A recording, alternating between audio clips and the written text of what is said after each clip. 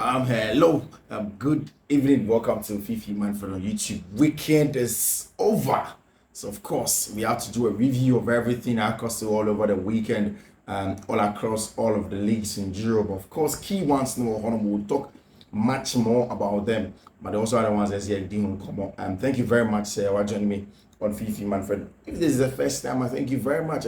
Subscribe to the channel, send it and pause the video, go back, subscribe to the channel. And make sure say you turn on notification. What turn on notification if you are, then you do choose all. Make sure say whilst you watch the video, you share the link as well to everybody in every book group. Be our home. Make sure you share the link to everybody. Let people get the content that we do here on Fiifi-Manfred on YouTube. And I'm excited to be here for you. Let us get rolling. So today, obviously, we'll start from the German Bundesliga. Yesterday, the loss of the Bayern Munich loss no, in the German Bundesliga clearly tells you why. So team in a couple of weeks ago, I was saying that the decision by the German by Bayern Munich board no, to announce that Thomas Tuchel was going to leave the team at the end of the season, even when there was still a lot of things to fight for, he could have salvaged it. Not league, they were still in contention. Yes, Leverkusen had opened up, but still Bayern could have put in a shift. Again, there's still Champions League, big one against Arsenal in the next couple of days. Then you look at all of these things, but Bayern seems to be capitulating. There's nothing to fight for again. So for me, that decision from FC Bayern Munich board about almost sacking Thomas Tuchel in the middle of the season and just waiting for things to happen, just waiting for it to manifest at the end of the season was shambolic for me. It didn't make sense at all. And yesterday's result was one key reason why I've been saying all of these things over and over again. In the French Liga, of course, Paris Saint-Germain won 1-1. Obviously, they rested players because it's a big game coming against Barcelona in the Champions League also.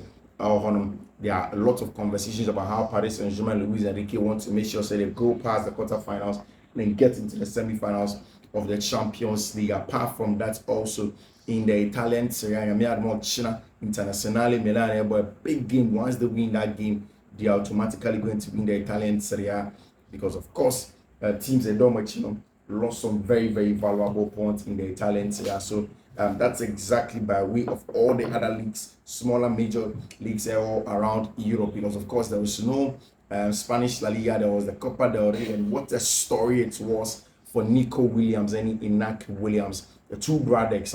They almost called the back season by their mom yesterday.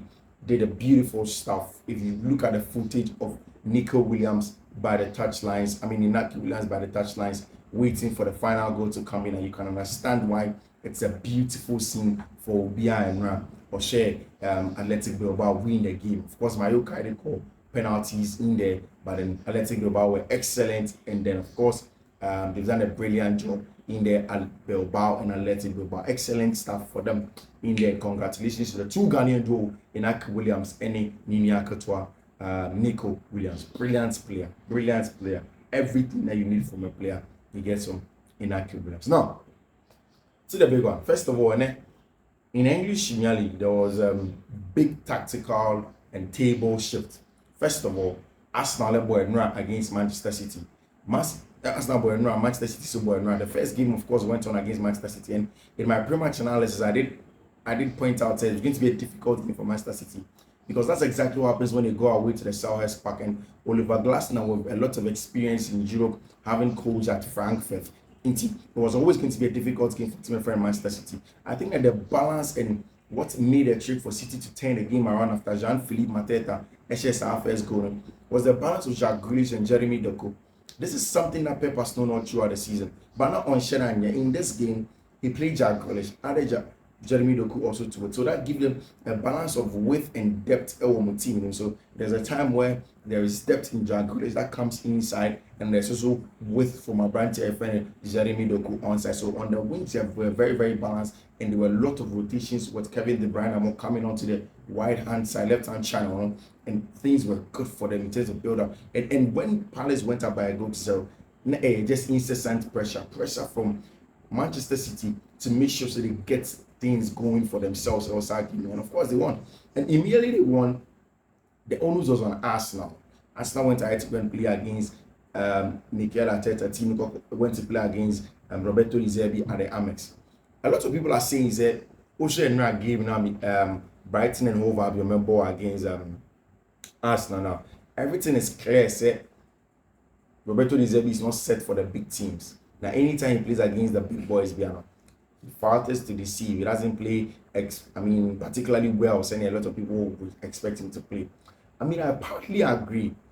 See, managing a settled squad, I agree. And Poch, I know about it for a very long time now. Was always going to be different from when you lose key players in Alexis McAllister and Moses Caicedo, and you have Baleba or Timo, and then you have to make sure that these young boys, William Ciso, Simon Edingra, Lam Timo, will now play above themselves, and there is the pressure from Europe also when you're in those competitions. It's different, to be very honest with you. It's very, very different. So Brighton have had their issues this time. But for me, I don't agree with anybody that will tell me that Roberto Di Zerbi is not a good manager. It is not true, in my opinion. He's one of the best tactical brains in the business in the English Premier League and across the whole of Europe. It's the reason why Bayern and Barca will consistently have a look in at him. Trust me, by the summer, there is the reason why he's saying that he would want to renegotiate his situation with Tony Bloom more at Brighton and Hove Albion, because he knows that there's an option for him to leave.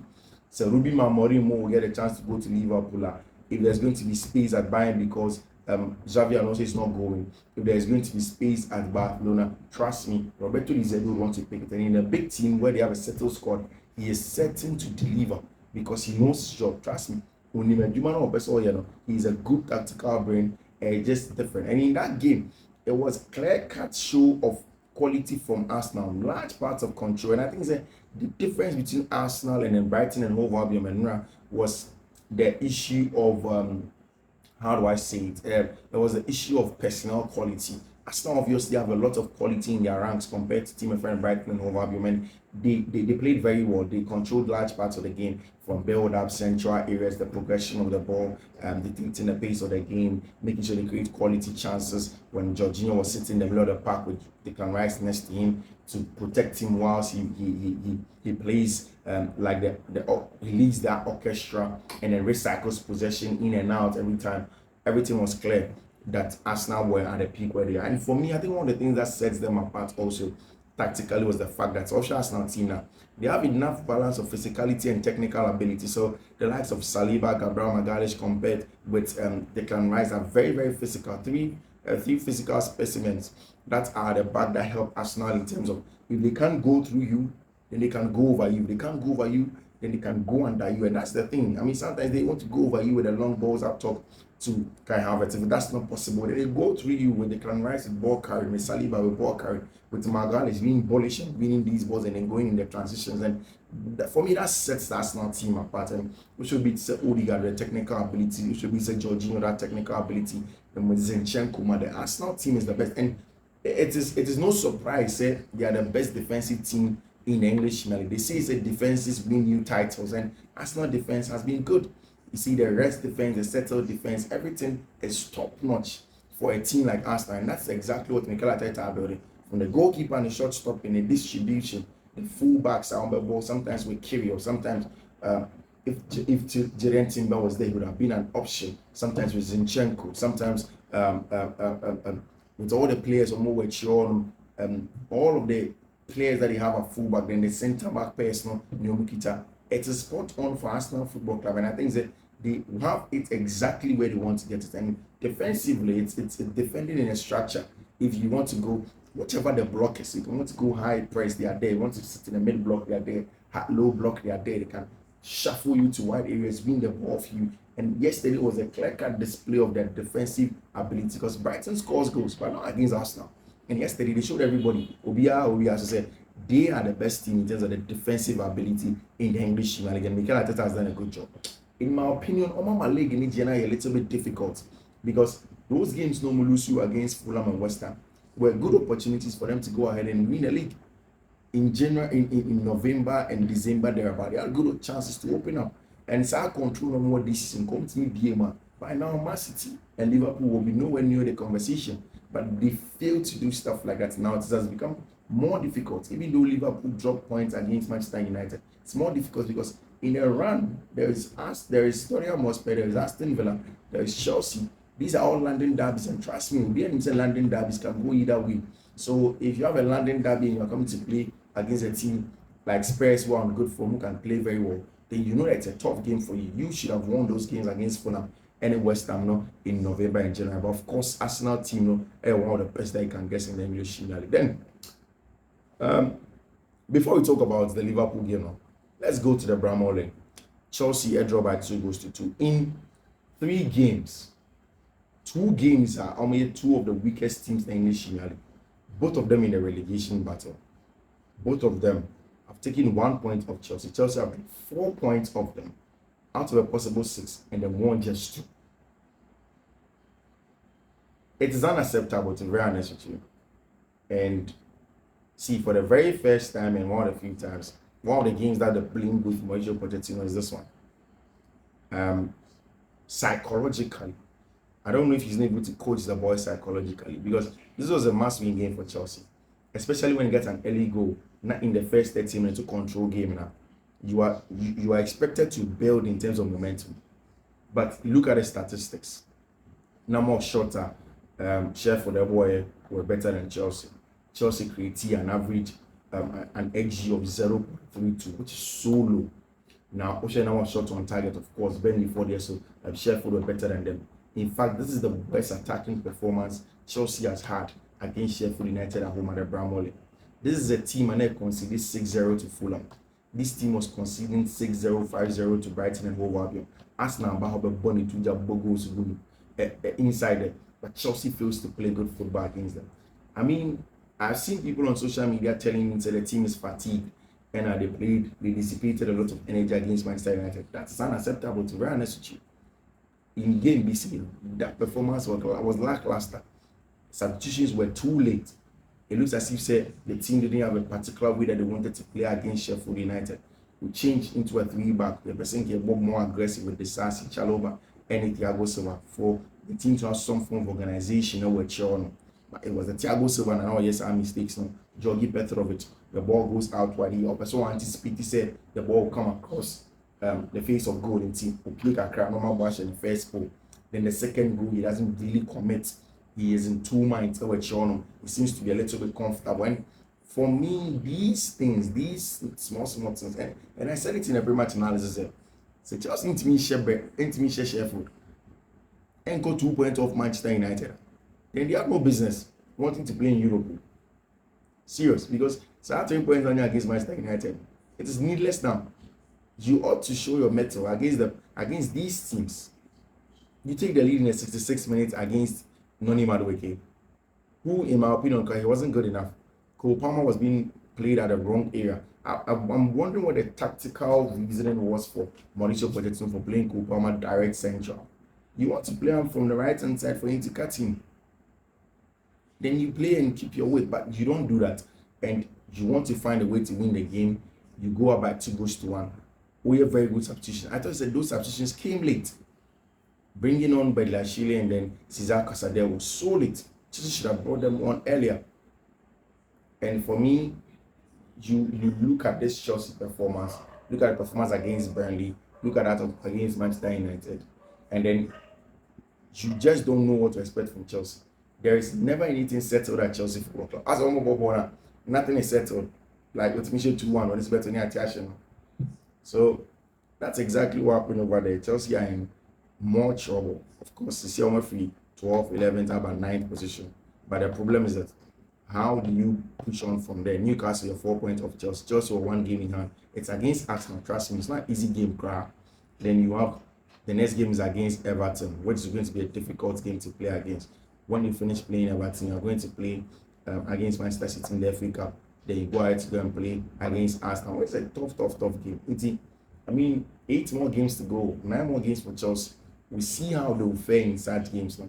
But really, they've made things extra difficult for themselves. This is a game that Chelsea should have been able to negotiate something. I mean, not just a draw, should have been a win. Then also 1 point off Newcastle, 2 points off Manchester United, When you say you need to put in a shift in a subsequent year second, once you put that through, you are almost there at the top. But if you don't do stuff like this now, or allow yourself to be bullied by Sheffield United team when you're aggressive with set pieces, and then your centre backs are just too gentle and nice, it's bad. We'll see how all of that goes. Manchester United put up a very, very good show in the second half. First half, trust me, first half, Manchester United were battered. 15 shots on targets against them. They had none in the first half. But I think that kudos to Eric Ten Hag for inspiring the boys to come out in the second half and then have a proper hold of the game. So now exactly, and I told you in the pre-match analysis that both teams play alike. The way Liverpool won the ball, the way Manchester United won the ball, they are all the same. More direct, more transitional, very fluid. Just that Liverpool has a better race defense than Manchester United. And in talking about defensive, the young boy really Kampuala was solid part for Manchester United. He was great on and off the ball. He was aggressive, read the game very well, stepped into midfield, won balls, played forward, and I think that he was very, very combative as well and domineering at the back for team my friend Manchester United. And they did some good stuff, especially in the second half. I think in the first half, Liverpool should have killed the game. And it tells the title conversation in favor of Arsenal, in my opinion. I don't know if people still believe Arsenal can go, but I think the Arsenal fixtures list now can a little bit difficult. Liverpool should have gotten the job now. Kobe Mainoo scored an excellent goal, but in the first goal now, Liverpool share. You see all the frailties of Kobe Mainoo, young player, but in the defensive awareness, is very, very bad. You watch him, you can tell that defensively, he's just not there yet. And whilst people put a lot of pressure on him, he has a lot of time to develop. He has a lot of potential. He can get there, but defensively, he's just not there. There are a lot of the parts of his game where you see some frailties in there, and you hope that he gets better in terms of the development. But the game all around was exciting for every neutral because now end to end, Liverpool played their stuff, was very direct. They created quality chances in the first half. Luis Diaz, Cody Gakpo came on, played some good stuff. And Darwin Núñez. See, meaning say Liverpool fans be brave. They will tell you that Darwin Núñez is a good striker. I don't agree. Darwin Núñez is not a good striker. Given the volume of chances that Liverpool created, man, you can't convince me that Darwin Núñez is a good player. He is just in a settled team, in my opinion. The kind of chances that Liverpool creates for him, people should be scoring tons of goals. So yeah, Darwin Núñez about. He is just not there. And today was one of those moments where you can tell that Darwin Núñez is just not that guy at the very top that Liverpool can bank their hopes on. I don't know how the next manager is going to manage stuff like that. But of course, with Luis Diaz, with Mohamed Salah, with Cody Gakpo, are very good. I think if Curtis Jones had started this game, would have been better. People are also being very hard on Jarrell Quansah. You see, the thing is that if you are old enough to play in a big derby game like that against Manchester United at the Old Trafford, then you are old enough to take responsibility. I think he has to just take responsibility. He was unlucky for Cesar Ball and ended in the go back. These are some of the baptism of fires that you get at the very top in games like that. It's a reality check that you are not perfect, you're not impeccable. It takes a while for you to really show your mettle, so you're a top guy. So Jarrell Quansah was good. I mean, I'm thinking that Klopp picked him because of pace of Rashford that went him on, and then put Ibu Konate on the bench, and then because he knew that he's also physical like Ibu Konate and can do those dueling stuff. But that mistake was just a little bit unfortunate for him. All in all, it was a good game for Liverpool. 1-1 and 2-2. They've gotten a very good 1 point to go. Second in the league. Arsenal on top in terms of goal difference. Now the ball is in the court of Arsenal Football Club. Just keep on winning your games. Just keep on winning your games. Keep on winning your games. Score lots of goals and then make sure so you win the English League. It's not going to be easy. It's same for everybody. As for Chelsea, we say so much. Thank you guys very much. You stuck. You stick and stay with me. It's been 19 minutes of brilliant stuff here on Fiifi-Manfred YouTube. I will see you in the next couple of hours. Until then, you take care of yourself and bye-bye.